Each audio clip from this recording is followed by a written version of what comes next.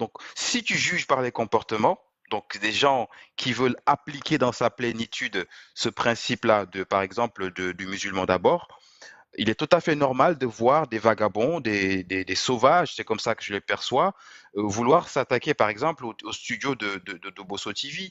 Et en faisant cela, il ne faut pas se voiler la face, ils le font au nom de la Oumma. Et je ne veux pas entendre ici que la Oumma, c'est une sorte de chimère idéologique sortie d'une pochette surprise. Ce n'est absolument pas le cas. C'est quelque chose qui s'inscrit dans les méandres de la doctrine religieuse islamique, tout simplement. Et je vais vous en administrer la preuve avec, si vous le permettez, bien sûr, quelques occurrences.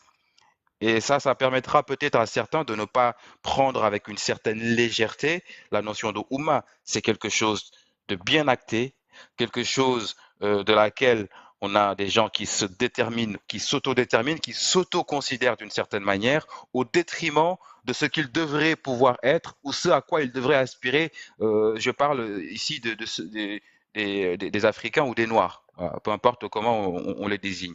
Donc, pour revenir sur ce que je disais, vous avez la notion de Oumma qui, parce qu'il faut savoir que les musulmans, en tout cas ceux qui veulent l'être et ceux qui s'inscrivent dans le dogme, ont une relation au réel qui est circonscrite au Coran d'abord. Et ça, je pense que tout le monde le sait maintenant. La Sunna, bon, certains ne sont pas d'accord, mais pour s'auto-désigner musulman, il faut partir de la source la plus authentique, à leur dire, si on reste dans le dogme, c'est-à-dire le Coran.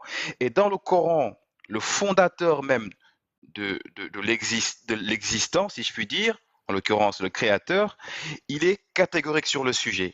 Il considère qu'il y a une distinction à faire entre ce qu'on appelle Darul Islam, donc les contextes sociétaux qui sont régis à partir de la notion de Ummah, et ce qu'on appelle de l'autre côté Darul Kufr ou Darul Harb, donc Darul Kufr qui veut dire terre de mécréance, Darul Harb, terre de guerre, ce qui justifie d'ailleurs certaines expéditions. Bon, je pense que je ferai l'économie de ces épisodes historiques. Ce qu'il faut retenir, c'est que d'un point de vue islamique, il y a deux communautés possibles. La communauté de la Ummah et la communauté extra-Ummah, qui se désigne en ces termes-là, polythéistes, associateurs, etc. Ça, il ne faut pas le perdre de vue. 7, Parce que 83, 35, 52, 72. C'est bon? Ok, ben c'est noté. Ok. Monsieur Alou, vous avez votre micro ouvert, vous avez coupé toute la... c'est horrible. ouais, c'est Docteur. horrible. Ouais. Oui, je vais essayer d'aller très vite là. J'ai été coupé dans mon élan. Donc, quelques occurrences coraniques, hein. Par exemple, dans la sourate Al-Baqarah, le verset 143, il est dit des choses du style وَكَذَلِكَ وَكَذَلِكَ جَعَلْنَاكُمْ أُمَّةً وَسَطًا, qui veut dire, comment dire, nous avons fait de vous une communauté de juste milieu. C'est le Dieu de l'islam qui parle, hein. Donc là, la notion de communauté, ce verset par exemple, qui exprime le rôle central de la Oumma comme une communauté exemplaire, chargée d'un modèle pour l'humanité et se témoigner de la foi en Dieu. Vous avez la sourate 3, Al-Imran, de mémoire, le verset 110 qui dit, je vais faire l'économie de la version arabe, mais en français, ça donne quelque chose d'équivalent de ce qui suit. Vous êtes la meilleure communauté qu'on ait fait surgir pour les hommes. Vous ordonnez le convenable, interdisez le blâmable. Là, vous avez un verset qui affirme de la Oumma quelque chose de moral, une mission moralisante, hein, qui met en évidence le rôle d'une moralité et d'une religion par rapport à une communauté. Vous avez la sourate 21, donc la sourate Al-Anbiya, le verset 96 qui dit « En vérité, cette communauté qui est la vôtre est une seule communauté. » Je précise, je répète, une seule communauté. Et je suis dans votre Seigneur, adorez-moi. Ici, vous avez par exemple Dieu, Allah, qui rappelle que tous les musulmans appartiennent à une seule Ummah, une communauté unifiée par leur foi et en un seul Dieu. Donc, un verset qui met l'accent sur l'unicité et la cohésion de la communauté islamique sous l'autorité divine. Vous avez, et je vais en finir, il y en a plusieurs, mais je vais m'arrêter à celui-là, la Surat al-Mu'minun, donc la Surat 23, le verset 52, qui dit, certes, cette communauté qui est la vôtre est une seule communauté. Donc, vous avez la redondance de la précision sur l'exclusivité de la communauté. Tout ça pour dire ceci, cette incompatibilité se résume dans l'application du principe. Si l'on a d'un côté des musulmans qui se veulent être musulmans sans se référer au dogme, ils contredisent les prescriptions de leur Dieu. Dans toutes les occurrences coraniques islamiques au sens large du terme sur lesquelles on peut tomber, vous avez Allah qui insiste sur le fait de dire, vous, ma communauté musulmane, wa'tasimu bihablillahi jami'an wa la tafarraqu. Accrochez-vous à cette corde divine, cette corde de Allah, comme une seule communauté, comme un bloc monolithique, et ne vous en écartez pas, quelles que soient les circonstances, quelles que soient les sources de division auxquelles vous pouvez être confrontés dans le système d'interaction sociale. Gardez en tête l'idée que vous êtes une communauté unique, ummatan wahida.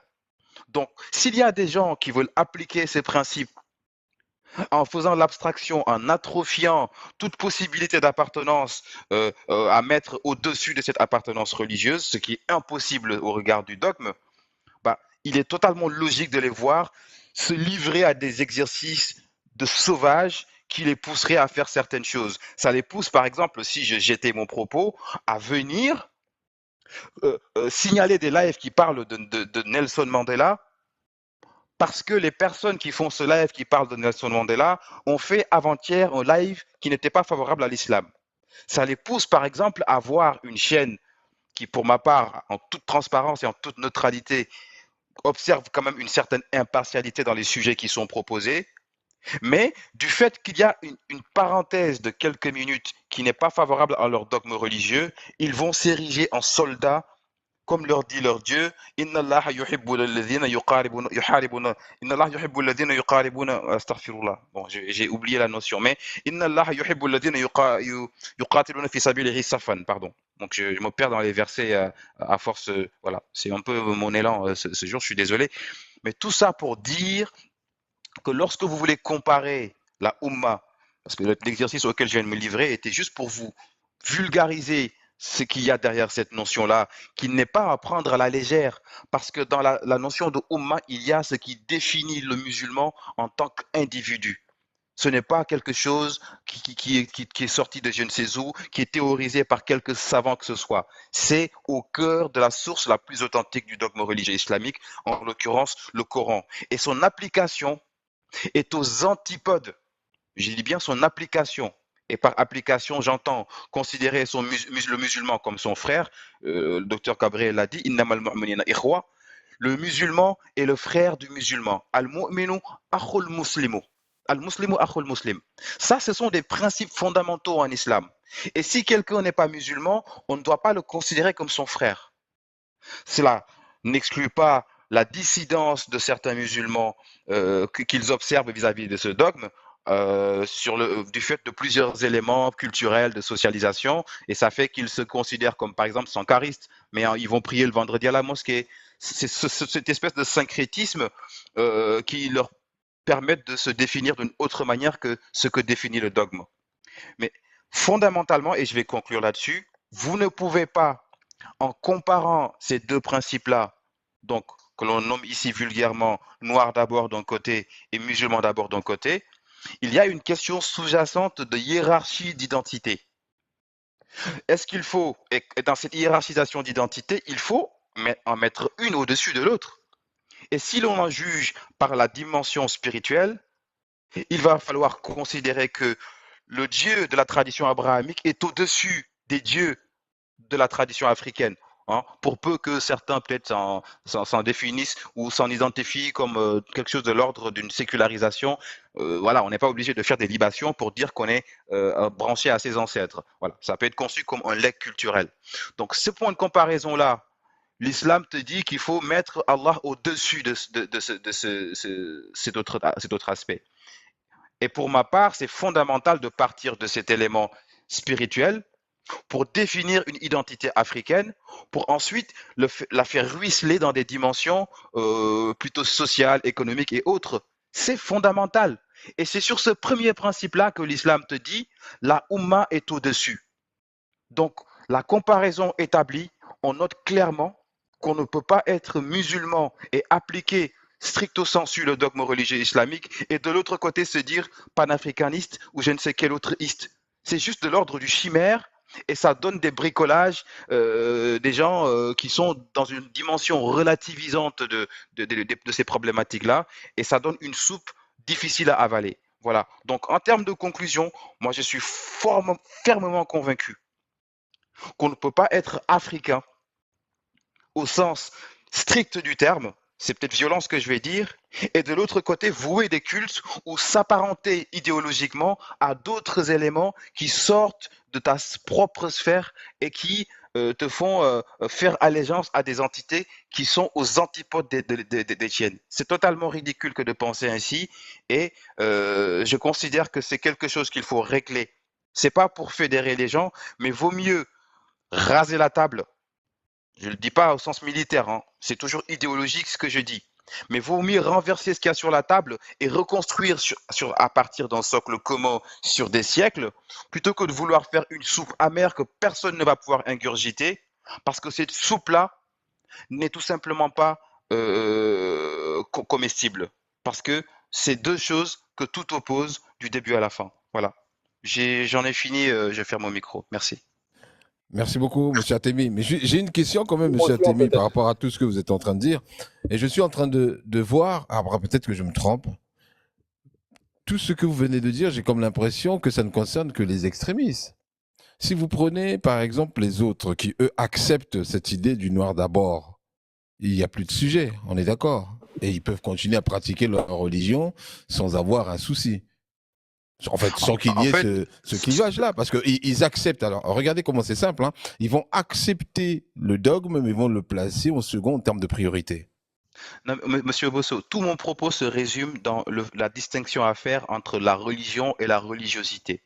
C'est-à-dire que vous avez une religion qui s'établit comme un principe fondamental, qui donne des indications sur où il faut aller, et vous avez ce qu'en font les gens qui s'identifient à ce principe-là. Ah oui, je vois. C'est ça la difficulté. Donc, vous avez des gens qui vous disent « je suis panafricain et musulman », mais est musulman celui qu'il est, c'est ce que j'ai dit hier. En quelque sorte, ce que vous êtes en train de dire, cet islam modéré que j'ai cru entendre un peu à gauche-droite ne devrait pas avoir lieu. Et en fait, parce que ce n'est pas l'islam. Ce n'est pas l'islam. C'est une façon d'approcher l'islam, mais ce n'est pas l'islam. En tout cas, et je résume là-dessus, ça répond à une question qui a été posée tout à l'heure. L'islamisme et l'islam, au sens où certains le perçoivent de manière bisounours, le fait de vouloir faire cette distinction, c'est juste quelque chose d'incohérent. Vous ne pouvez pas dissocier les gens du drapeau noir au dogme religieux islamique. L'islam, et je paraphrase Anne-Marie Delcambre en disant ceci, je le répète, l'islam est à l'islamisme ce que le poussin est à l'œuf. Et l'islamisme, c'est un islam en mouvement. Et l'islam modéré, l'islam attiqué, tout ce que vous voulez, c'est de l'islam tout simplement qui est au repos. C'est aussi simple que ça. Ce n'est pas une différence de nature, c'est une différence de degré. C'est pour ça que selon la façon dont les uns et les autres se positionnent dans le dogme, ils peuvent faire un écart à 360 ou inventer des spiritualités sous-jacentes même à l'islam pour défendre une certaine position vis-à-vis du panafricanisme. Mais si on respecte tout, ces deux principes, chacun dans sa plénitude, je répète et je signe, c'est une incompatibilité irréductible. Voilà. Ouais. Moi, j'ai envie d'écouter M. Kagoro. Merci beaucoup, Dr Atemi. Monsieur Il y a Monsieur Gaz dans les commentaires qui est musulman et qui dit que Monsieur Atemi raconte n'importe quoi. Donc voilà, je sais pas si moi je peux laisser ma place s'il veut monter. Monsieur Gaz, si vous voulez monter, c'est toujours intéressant. Je laisse ma place avec plaisir. Et je voulais juste revenir 30 secondes sur ce que Monsieur Atemi dit. C'est vrai qu'en fait, on est un peu perdu parce que j'ai l'impression qu'il y a plusieurs vérités en fait au final dans l'islam et c'est un petit peu le fouillis. Donc comme heureusement que Monsieur Atemi est monté pour justement dire qu'il n'y a qu'une seule vérité et que c'est un petit peu l'islam qui dort. Et moi, j'ai du mal justement avec les noirs musulmans qui disent non, vous inquiétez pas, on n'est pas d'Africains avec vous. Et là, ils se considèrent carrément comme des faux musulmans. Moi, j'ai vu des commentaires sur votre panel qui disaient oui, on est des faux musulmans, on assume en fait. Donc en fait, ça montre que même eux ne savent plus vraiment qui ils sont. Et moi, j'ai du mal en fait avec les personnes, on va dire, fausses